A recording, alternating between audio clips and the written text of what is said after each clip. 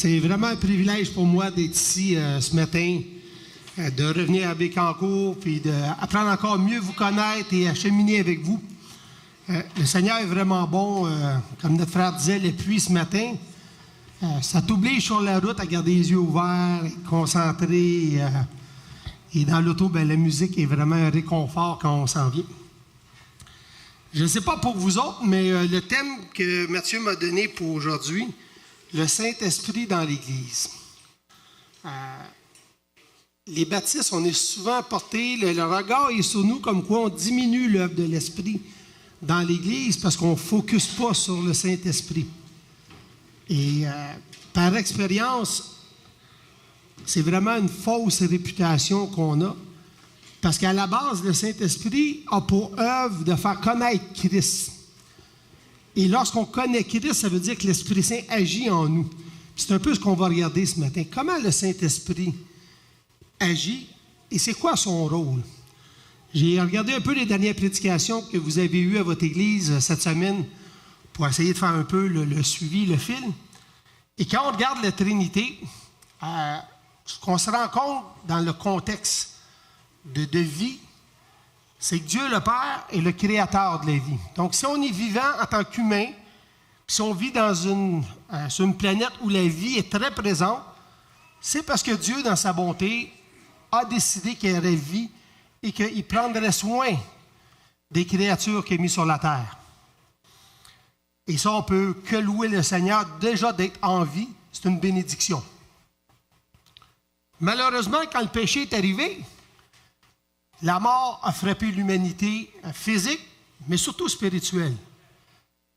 Et Christ, lorsqu'il s'est fait connaître, c'était pour nous donner la vie éternelle.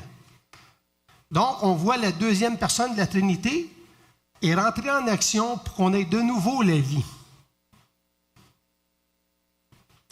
Et le Saint-Esprit, comme on va regarder aujourd'hui, lui, il fait que maintenant, c'est possible. Parce que Christ, qu'est-ce qu'il a fait en mourant sur la croix pour nous? C'est qu'il a pris notre châtiment. Il a pris la condamnation qui était sur nous. Puis par la foi en ce sacrifice-là, on devient enfant de Dieu. Mais comme c'est impossible à l'homme de rechercher cette vérité-là, il fallait que le Fils envoie le Saint-Esprit pour nous convaincre d'accepter cette vie-là et de la vivre. C'est un peu ce qu'on va regarder aujourd'hui. L'œuvre de l'Esprit Saint dans nos vies, mais surtout dans l'Église. Juste avant de commencer, petite histoire, comme dans beaucoup d'églises au 19e siècle, il y a une église qui était en grand débat sur le rôle du Saint-Esprit dans l'Église. Et dans cette église-là, il y avait un fermier, grand gaillard, reconnu pour sa sagesse, qui était assis toujours dans la deuxième rangée. Et le débat a éclaté, à savoir comment on peut savoir que l'Esprit Saint est là. Et là, il y en a qui disaient, on devrait avoir des manifestations comme dans le temps apostolique. Le parler en langue devrait être là, les miracles devraient être là. D'autres qui défendaient le point, non, c'est aujourd'hui, on n'a plus besoin de ça, la parole est complétée. Et le débat avait lieu, ça faisait plus d'une demi-heure que ce débat avait lieu. Notre fameux fermier s'est levé, sans dire un mot, est parti. Tout le monde l'a regardé parce que ce n'était pas son habitude et le débat a repris quand il est sorti de la salle. Une demi-heure plus tard, il est revenu et le débat avait encore lieu sur le rôle de l'Esprit. Et le fermier a pris parole, il était en avant, il a demandé à tout le monde de se calmer et qu'il était pour prier. Parce qu'une chose qui était sûre pour lui, c'était que l'Esprit Saint était là pour unir et non pour diviser. Donc, à la base, il est en train de se passer de quoi dans leur débat qui dépassait la réalité de l'œuvre de l'Esprit Saint dans une église. Et il y avait 4-5 sacs avec lui qui a étendu sur le sol. Dans ces sacs-là, je ne vous dirai pas tout de suite qu'est-ce qu'il y avait. Il voulait leur démontrer l'œuvre du Saint-Esprit. Souvenez-vous de ça, on revient à ça plus tard dans la prédication. Donc, je vous oblige à vous souvenir de l'introduction. Un débat sur lequel l'Esprit Saint et notre fermier qui a étalé des choses par terre, qui a dit à ces gens-là, on va regarder, on va laisser toutes ces choses-là par terre, Puis dans une semaine, on se revoit, puis je vais vous montrer comment savoir si l'Esprit Saint est dans l'Église ou pas. Prions. Bon, tendre Père, c'est avec joie qu'on s'approche devant toi ce matin. En toute humilité. On a besoin de ta parole, on a besoin de l'Esprit Saint pour nous guider. Permets que ce qui sera enseigné soit la vérité. Guide mes paroles. Permets que nos cœurs soient réceptifs, que notre esprit soit soumis au tien. Et Seigneur, on veut vraiment te glorifier et t'aimer parce que tu nous as aimés en premier. Merci parce que Jésus-Christ nous a fait connaître le Père comme il est. Merci parce qu'il nous a aussi envoyé le Consolateur pour faire une œuvre en nous et une œuvre dans ton Église. Permets que ta parole, ta vérité, triomphe de tous nos préjugés, de toutes nos mauvaises conceptions, et que tu sois le roi de nos vies, le Seigneur de nos vies, et que par toi, on obtienne victoire à tous les jours. En Jésus-Christ. Amen. Je vous invite à tourner, on va regarder plusieurs versets ce matin. On va surtout se concentrer après dans 1 Corinthiens 12, mais j'aimerais vous visiter un peu l'Évangile de Jean. 3 passages, dont celui qui est marqué sur votre pamphlet, pour voir comment Jésus-Christ avait prévu la suite des choses et quel serait le rôle et la présence du Saint-Esprit. Je vous invite à tourner dans Jean, chapitre 14, verset 16.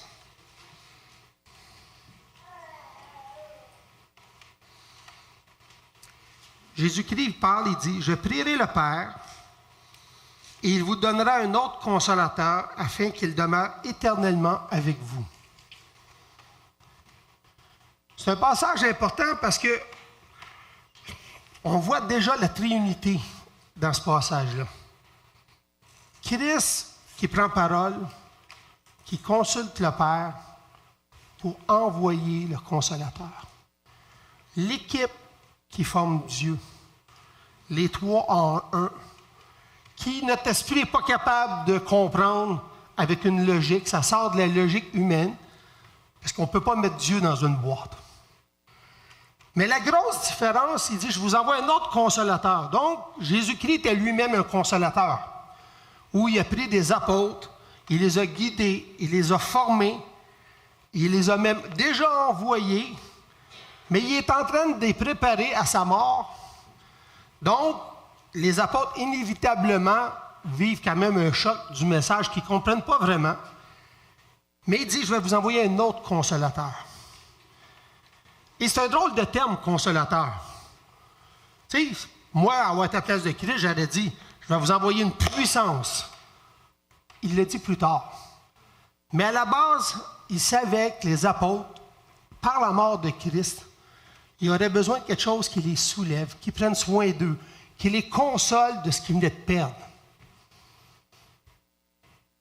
Et la plus grande promesse là-dessus, et c'est le premier objectif qu'on veut atteindre aujourd'hui par la prédication, c'est que notre espérance devienne une assurance.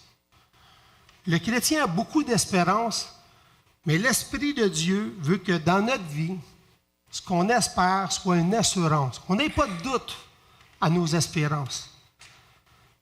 Contrairement à Christ qui était pour être enlevé aux apôtres, Christ leur annonce qu'il va demeurer éternellement avec eux. Donc, la première chose importante de savoir avec l'Esprit de Dieu, c'est qu'après la mort, l'ascension de Christ, à partir de la Pentecôte, l'Esprit Saint habite pour toujours dans le cœur du croyant. Il n'y a pas une seconde de notre vie, de votre vie, où vous allez être seul. Les apôtres ont déjà été sans Jésus-Christ. Le chrétien qui se convertit pour l'éternité, il a l'Esprit Saint en lui. Chaque Église qui existe sur terre a la présence de Dieu avec eux en permanence. Pas une grande nouvelle, ça? Gloire à Dieu. Il faut être conscient que l'Esprit est toujours avec nous. Parce que souvent, quand ça se met à aller mal, on se demande où est Dieu. Parce que, comme je disais la dernière fois que je suis venu, ça serait le fun d'avoir un petit baromètre dans notre cœur, puis des lumières allument, puis nous dire, oh, j'étais à 20 à 30 à 40 On n'a pas ça, mais on va se rendre compte que le deuxième objectif de la prédication, c'est qu'on est capable de gager comment l'Esprit de Dieu agit dans notre vie. On est capable de gager comment l'Esprit de Dieu agit dans l'Église. Le Seigneur nous a donné quelque chose qu'on peut se fier et quantifier. Et on va voir ça tout à l'heure. Mais la première chose qu'il faut avoir cette assurance fondamentale dans notre vie, c'est que l'Esprit de Dieu est avec nous pour l'éternité. Même quand on va trépasser de la vie ici pour arriver devant le Père, l'Esprit de Dieu va être encore avec nous. On ne sera jamais séparé de l'Esprit de Dieu pour toute l'éternité. Le deuxième passage, c'est celui qui est écrit dans votre pamphlet, Jean 15, 26, qui dit « Quand sera venu le Consolateur, donc une fois qu'il va être arrivé, que je vous enverrai de la part du Père, donc c'est Christ qui l'envoie, de la part de Dieu. » Et là, c'est important, les termes qu'il donne à l'Esprit. C'est l'Esprit de vérité. Ce n'est pas juste qu'on a Dieu en nous. On a Dieu qui va changer notre vie, une vie qui était dans l'incertitude, une vie où la vérité et le mensonge se côtoyaient régulièrement, va devenir une vie où la vérité va nous parler continuellement. Parce que c'est ça l'Esprit de Dieu. L'Esprit de Dieu va nous éclairer sur notre marche quotidienne. Comment je dois élever mes enfants? Comment je dois aimer mon épouse? Comment je dois être au travail? Comment je dois me comporter avec mes voisins? L'Esprit de Dieu ne nous laissera pas dans le brouillard, mais va nous éclairer de sa vérité. Mais comment il va faire ça? Il rendra témoignage de moi. C'est la raison pour laquelle souvent les baptistes sont accusés de ne pas mettre la bonne place au Saint-Esprit. Parce qu'on fait juste respecter l'ordre que Dieu a établi. Le Saint-Esprit n'a pas été envoyé pour que son nom paraisse grandiose et que ce soit de ça qu'on parle tout le temps. Parce que l'Esprit de Dieu a pour mission de nous faire connaître Jésus-Christ. La marche de Jésus-Christ, qu'est-ce que Jésus-Christ ferait à notre place et comment on doit marcher à la suite de Jésus-Christ. Mais on reconnaît que sans l'Esprit Saint, tout ça est impossible. Si je peux marcher à la suite de Jésus-Christ, c'est simplement et uniquement parce que l'Esprit de Dieu habite en moi. Si l'Esprit de Dieu n'habite pas en moi et que c'est moi qui travaille à ressembler à Jésus-Christ, c'est une perte de temps totale. Mais parce que l'Esprit de vérité est là, qu'elle habite en moi, elle va me convaincre qu'est-ce que Jésus-Christ aurait fait à ma place dans telle et telle situation. Ça va devenir possible parce que c'est l'Esprit qui va agir en moi. Et le dernier passage dans Jean qu'on va regarder, Jean 16, 7 et 8. Je vous dis la vérité, c'est Jésus qui parle. Il vous est avantageux que je m'en aille, car si je ne m'en vais pas, le Consolateur ne viendra pas vers vous. Mais si je m'en vais, je vous l'enverrai, et quand il sera venu, il convaincra le monde en ce qui concerne le péché, la justice et le jugement. Qui ici, honnêtement, n'aimerait pas que Jésus-Christ soit avec nous, physiquement? Puis qui est avec nous pense on ne serait pas des meilleurs chrétiens si Jésus-Christ serait dans notre assemblée. Honnêtement, quand je regarde ça froidement, je me dis, hey, je fais un parallèle avec le hockey. Si Wayne Gretzky est dans ma chambre de joueurs, bien plus de chances qu'on soit meilleur que si ce n'est pas le Byron. Donc, si c'est Jésus-Christ qui serait avec nous, inévitablement, on devrait être meilleur. Et pourtant, le texte nous dit, il est avantageux que je parte. ça serait moins bon pour vous que je reste. Pour une simple et unique raison. C'est que Christ resterait le modèle inaccessible, même s'il serait resté physiquement, puis il aurait continué à faire les miracles, à faire tout ce qu'il faisait. La différence quand l'Esprit nous a été envoyé, c'est qu'il habite en nous pour nous transformer de l'intérieur. Christ restait un contact extérieur aux apôtres. L'Esprit de Dieu, quand il est rentré dans le chrétien, quand il se convertit, il y a une œuvre de transformation qui est faite dans le plan de Dieu. Et je ne suis pas en train de diminuer Jésus-Christ. Jésus-Christ a fait ce qu'il y avait de plus important pour nous.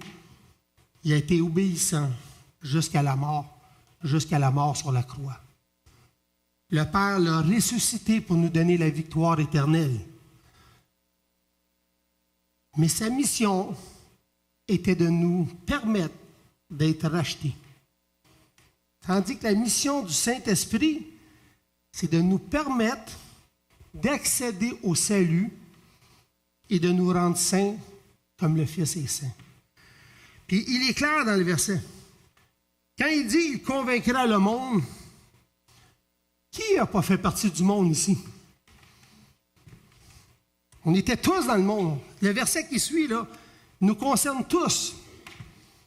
Est-ce que moi, je cherchais le Seigneur avant de me convertir? La réponse est absolument pas. J'étais un adolescent qui avait du plaisir à jouer au hockey, à jouer au baseball, à aimer les filles. Dieu était la 100e priorité de ma vie. Et quand là, j'ai été confronté au message de l'Évangile, l'Esprit de Dieu m'a convaincu que j'étais pécheur. Il m'a convaincu de la justice de Dieu. Il m'a convaincu du jugement de Dieu. Et on a tous passé par là si on est des chrétiens. Et si un d'entre vous ne connaît pas le Seigneur Jésus-Christ comme sauveur personnel, aujourd'hui, l'Esprit vous parle. Aujourd'hui, l'Esprit vous dit que ce qu'on appelle des manquements aujourd'hui ou des fautes, la parole de Dieu appelle ça un péché qui nous condamne et nous coupe de la présence de Dieu. La justice de Dieu, c'est que ce péché-là doit subir un jugement. Mais Christ l'a payé pour nous, ce jugement-là.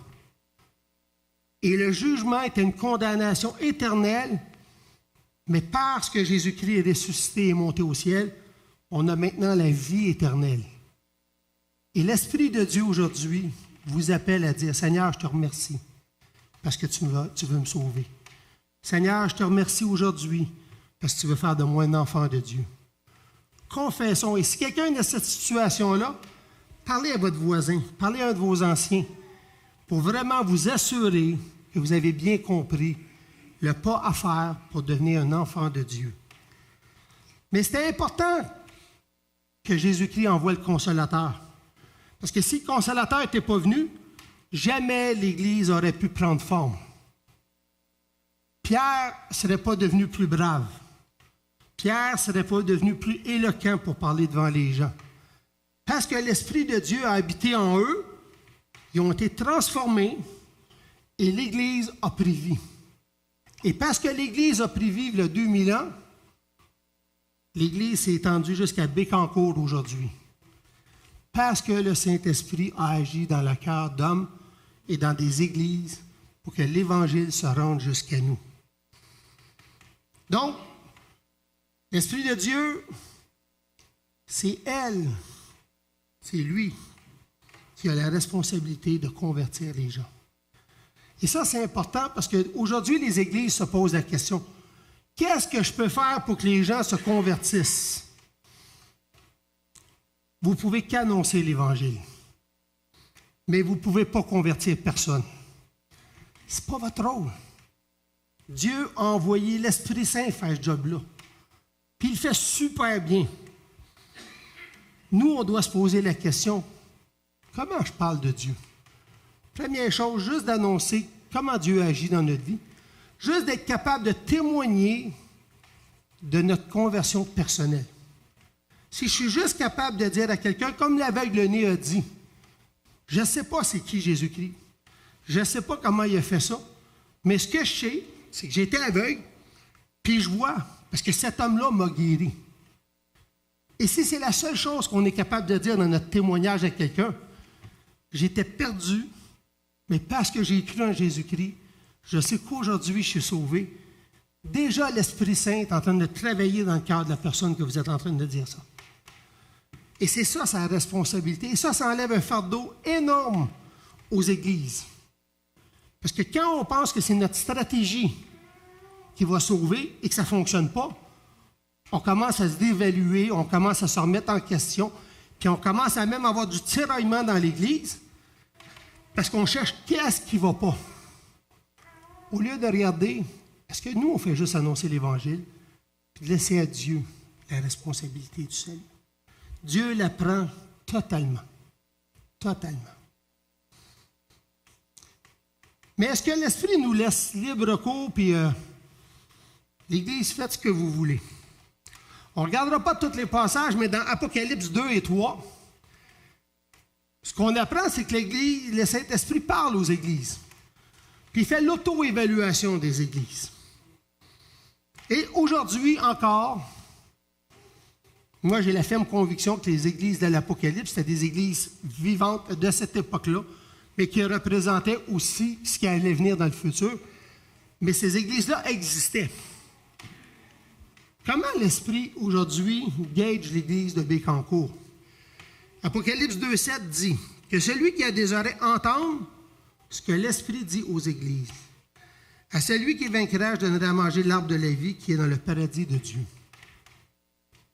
L'Esprit de Dieu va continuellement nous remettre en question dans notre opération quotidienne, dans nos vies personnelles et dans notre vie d'Église. Dans l'Apocalypse, ce n'est pas dans la vie personnelle, c'est vraiment dans la vie d'Église qui est en train de faire jugement. Est-ce que notre Église a perdu son premier amour? On voit dans les églises d'Apocalypse qu'il y en a une qui a perdu son premier amour. On voit un autre qui dit, l'Esprit dit, « Je vous félicite, vous avez combattu les fausses doctrines. » Est-ce qu'on tient la vérité solide ici? Etc., etc. L'Esprit de Dieu nous oblige à une auto-évaluation. L'Esprit de Dieu parle à vos anciens, c'est certain, pour savoir s'ils marchent dans la vérité. Est-ce que l'Église va dans la bonne direction? Et si plusieurs membres décideraient de dire, hey, il y a quelque chose qui ne marche pas, puis qu'on voit que ça fait une flamme, bien, il faut être à l'écoute, parce que l'Esprit de Dieu ne parle pas juste à travers les anciens. L'Esprit de Dieu veut le bien de son Église et n'a pas peur de gratter des fois où ça fait mal dans une Église. Pourquoi? Parce que l'Église a la même responsabilité que le chrétien. Soyez saints car je suis saint. Une Église a le devoir à la sainteté. Une Église a un devoir face à la communauté. On ne peut pas juste prendre soin de nous entre nous, puis se cajoler, puis qu'on a du plaisir, puis on a du fun, puis on est tout heureux, puis de garder la population alentour de nous mourir sans Jésus-Christ. On n'a pas le droit de faire ça en tant qu'Église. Et vous savez quoi? Gloire à Dieu, le Saint-Esprit ne vous laisserait pas faire si c'était ça votre but. Le Saint-Esprit, on l'a déjà vu dans l'histoire de l'Église, enrayer des églises parce que la mission avait arrêté. Ici, gloire à Dieu, je vous vois actif, je vous vois vous poser des questions. Donc, on voit que l'Esprit de Dieu fait sa job. Et elle est utile pour nous faire avancer en tant que communauté. Le Saint-Esprit ne nous laisse pas oisifs de la vérité. Le Saint-Esprit veut vraiment nous conduire sur le chemin qui mène au ciel, nous et la communauté dans laquelle on vit. Comment ça arrive tout ça? Je vous invite à tourner dans 1 Corinthiens 12, versets 7 à 12. On va regarder quelques points. On ne passera pas tout à travers, mais quelques points. 1 Corinthiens 12, 7 à 12. Il est dit, le verset 7. Et à mon sens, le verset 7, soulignez-le, ressoulignez-le, il est primordial pour comprendre l'humilité dans le corps de Christ et que tout le monde a sa place dans le corps de Christ. C'est le troisième point important de la prédication.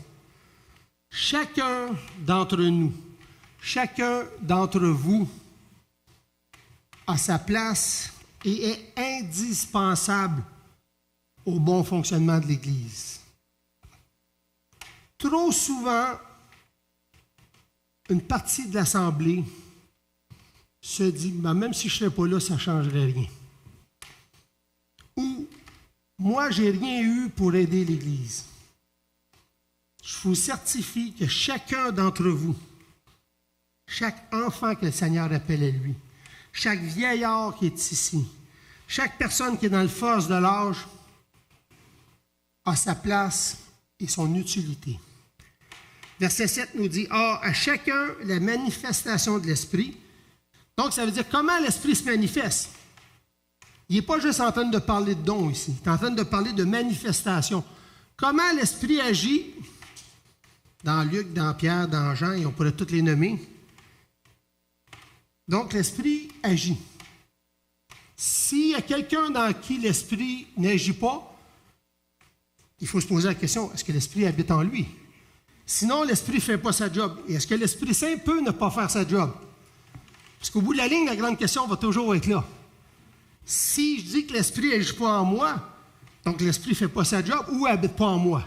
Il y a deux seules et uniques options. Il n'y en a pas trois. Et Dieu ne peut pas ne pas faire ce qu'il a dit. Donc l'Esprit agit en vous. L'Esprit agit en nous. Mais ça a été donné pour une seule et unique raison, l'utilité commune. Malheureusement, trop souvent, notre orgueil nous amène à vouloir, ça serait-tu le fun que l'Esprit me donne quelque chose juste pour moi? Juste pour moi. Il y a une annonce ainsi à la télévision qui me fait rire où c'est une femme qui prend je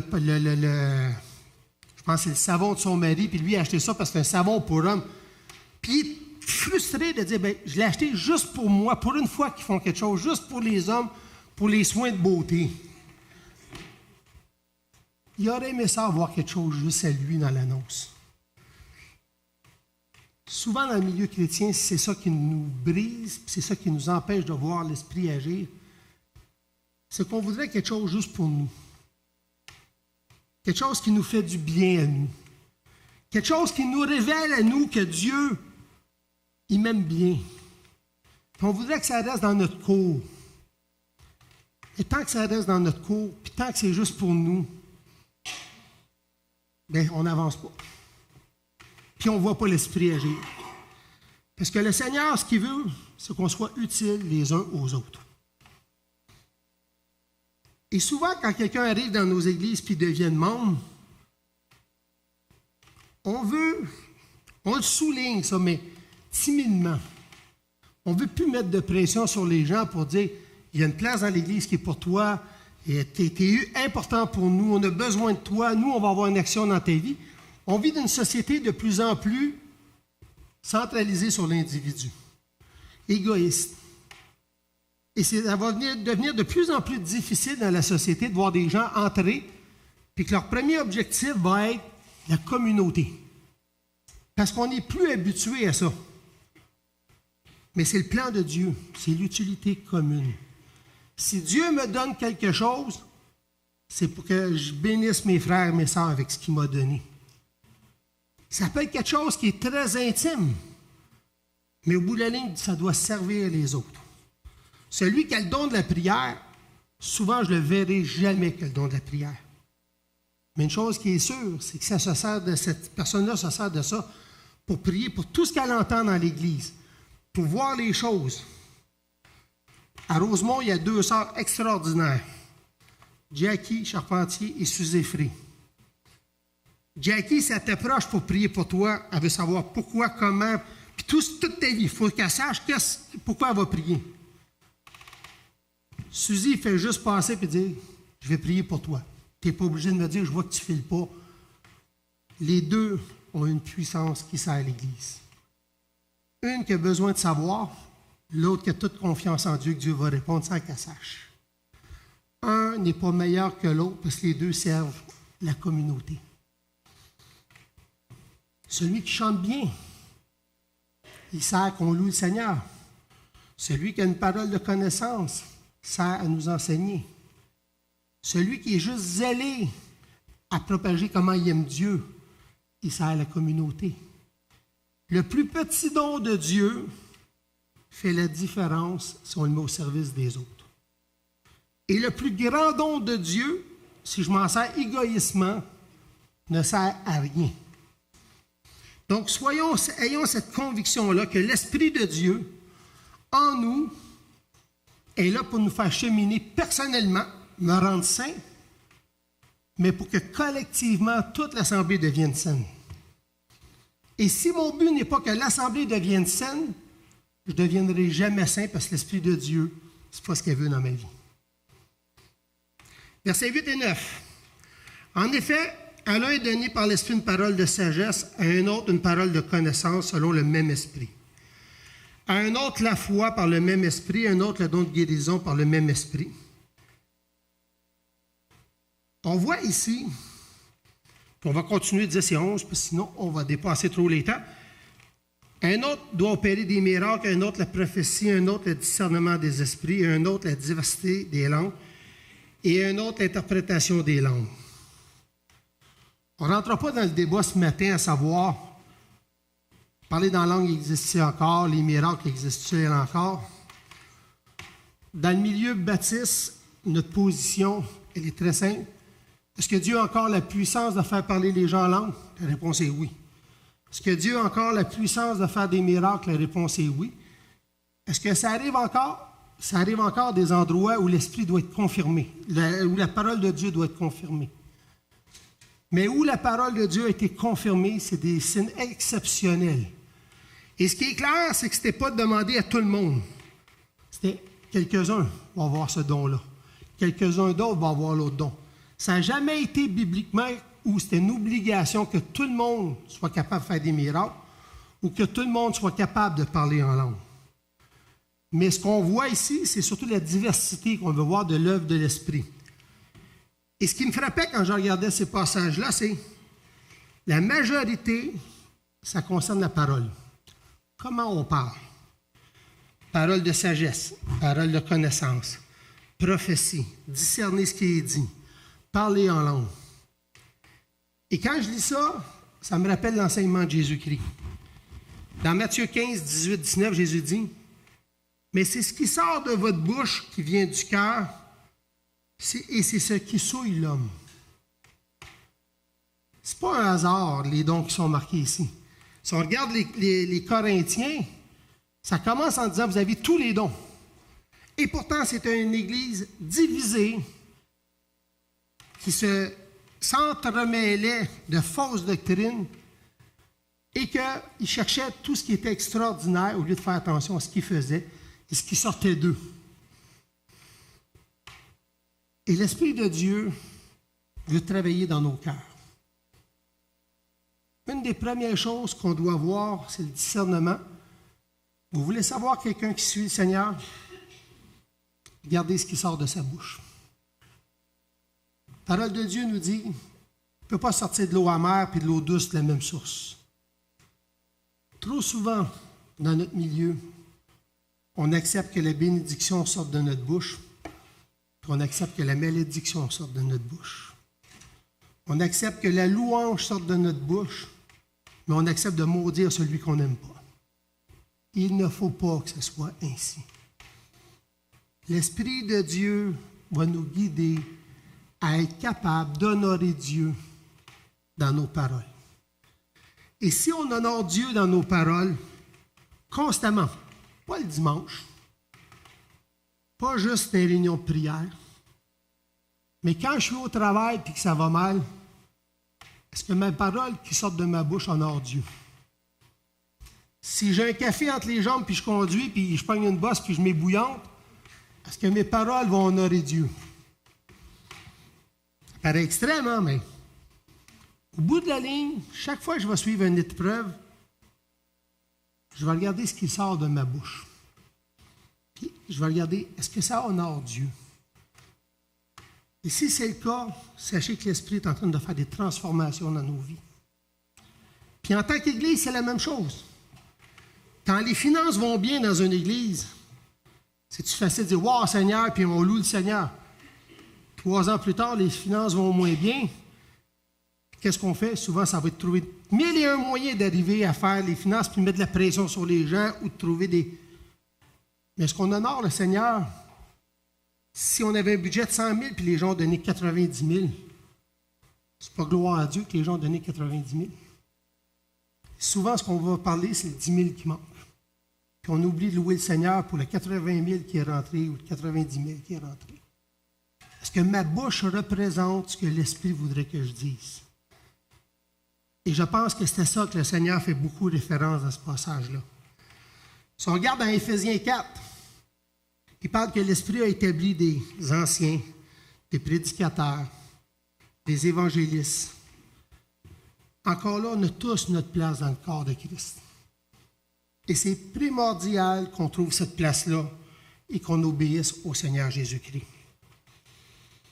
Versets 11 et 12. Un seul et même esprit opère toutes ces choses, les distribuant à chacun en particulier comme il veut. C'est l'esprit qui distribue, c'est comme il veut. Je devrais toujours dire merci au Seigneur, peu importe le don qu'il me donne. Parce que si je me plains, je suis en train de dire que Dieu ne sait pas ce qu'il fait. Et moi, j'aurais été un bon prédicateur, mais le Seigneur ne m'a pas donné le don.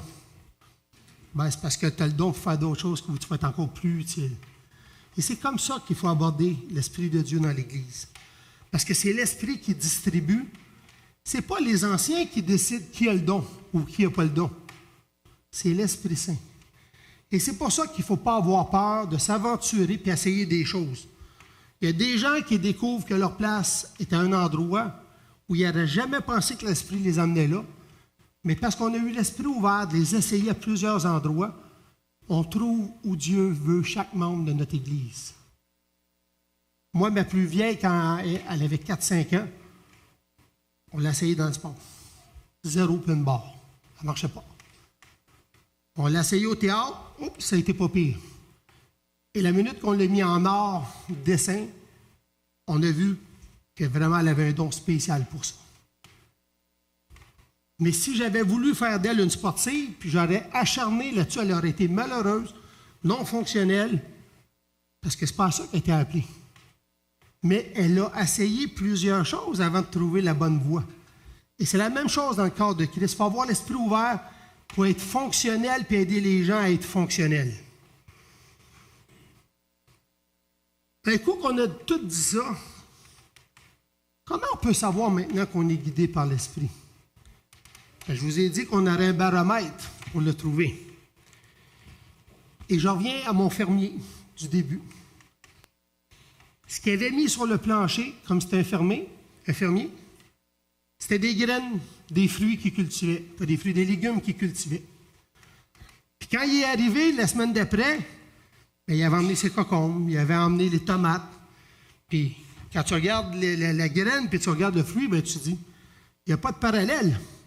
Mais on sait que la graine a produit ça, c'est le fermier qui nous le dit.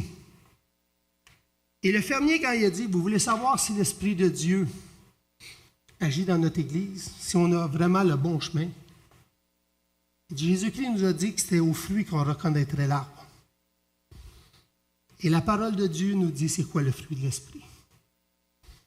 Et le fruit de l'Esprit, c'est jamais un bon prédicateur. C'est pas un autre miracle. C'est pas un bon prédicateur. Le fruit de l'Esprit, c'est l'amour. Est-ce qu'on est une Église qui est aimante pour mon frère, ma soeur, pour ceux qui nous dirigent? Est-ce qu'on critique plus qu'on aime nos dirigeants? Parce que chaque fois qu'on a un nouveau dirigeant, au début, on est très content d'avoir un nouveau dirigeant. Souvent, c'est un jeune, fait qu'on hey, le jeune, il est zélé, il veut. 2-3 ans après, c'est ouais, ben le jeune, il ne travaille pas assez à mon goût. Le jeune, là, t'as dit ça, puis c'est pas correct. Puis on critique beaucoup plus qu'on va aimer et démontrer de la compassion. On annonce l'Évangile aux itinérants. Rentrez 4 itinérants qui se convertissent dans la même semaine d'une église, puis vous allez vous rendre compte d'une chose, on n'aime pas les itinérants tant que ça dans le milieu chrétien. Parce que c'est difficile d'avoir à faire face à des itinérants. C'est grugeant comme énergie. Ils te demandent beaucoup de temps pour les aider à évoluer et à devenir des chrétiens. Puis souvent, on ne le dira pas, mais on a quasiment hâte qu'ils quittent l'église en retournant dans la rue, tu me faisais bien moins de troubles, t'es sauvé, puis on aurait fait notre job.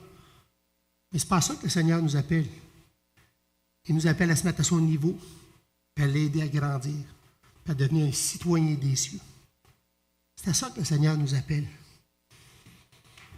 Deuxième, c'est la joie et la paix. Parce qu'on est caractérisé pour être des gens heureux, joyeux, calmes dans l'adversité aussi, une paix. C'est ça le baromètre de Dieu. Mais ça, on est capable de le voir. Dans l'église dans laquelle je suis, le pasteur principal qui a parti l'église, il est parti à un moment donné. Et pourtant, l'église est restée en paix. Et quelques mois plus tard, l'association qui venait à l'occasion voir, il ne revenait pas et disait « Wow, on réalise que Dieu a fait son œuvre dans votre église. » Parce que dans la difficulté, on avait réussi à être en paix. La paix doit être présente dans l'église. Et là, on va voir que le Saint-Esprit agit. La patience. Vous rentrez dans un parcours qu'on appelle vitalité. Clairement, il y a des gens qui s'attendent 2 jours après qu'il y ait des changements visibles. 6 mois après, il devrait y avoir 4 nouveaux convertis. 5 ans après, on devrait être 300 dans l'Église. Mais ça n'arrivera pas comme ça. Ça pourrait, parce que la puissance de Dieu est plus grande que ce qu'on peut imaginer. Mais le Seigneur nous appelle la patience. Si mon frère avait de la misère à nommer un livre du Nouveau Testament, puis est capable de me nommer tous les livres du Nouveau Testament, le Seigneur aura agi dans sa vie, puis il y aura eu une progression. Celui qui était gêné de dire « j'aime Jésus », puis qu'aujourd'hui est capable de témoigner, même s'il n'y a pas de conversion cette journée-là, on aura progressé en tant qu'Église. C'est ça, voir la patience de Dieu, voir le cheminement qui est arrivé et voir la puissance de Dieu dans nos vies, puis après on va la voir dans la communauté. La bonté, la bénignité, la fidélité, la douceur, la tempérance. C'est drôle, hein, c'est pas marqué les fruits de l'esprit. C'est un fruit qui a plusieurs grappes.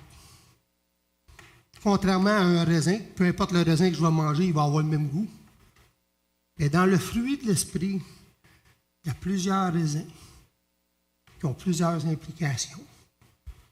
Mais c'est le baromètre à savoir si l'Esprit de Dieu est dans notre Église. Est-ce qu'on est capable de savoir? Je n'ai pas besoin d'avoir un démeur qui me dit « Oh, l'Esprit ». J'ai juste à ouvrir les yeux puis à regarder. Est-ce que l'arbre de mon Église porte les fruits de Dieu? Et si la réponse est oui, sachez, ça veut dire que vous êtes obéissant à l'Esprit de Dieu. Mais si l'Église est reconnue pour les divisions, les chicanes, la non-évangélisation, on a déjà la réponse. Est-ce qu'on est en train de suivre le Seigneur Jésus-Christ? La réponse est non. Le Seigneur ne nous laisse pas aveugles face à la situation. Nous sommes capables aujourd'hui de savoir si l'Esprit de Dieu agit dans l'Église de Bécancour. Et chacun d'entre vous est capable de faire cet exercice-là. Parce que c'est vivant, c'est visible et c'est puissant. Et pour terminer, l'Esprit de Dieu veut nous encourager. Philippiens 1,6 qui nous dit « Je suis persuadé que celui qui a commencé en vous cette bonne œuvre la rendra parfaite pour le jour de Jésus-Christ. » Ça fait pas longtemps que je vous connais et déjà je suis rempli d'amour pour vous.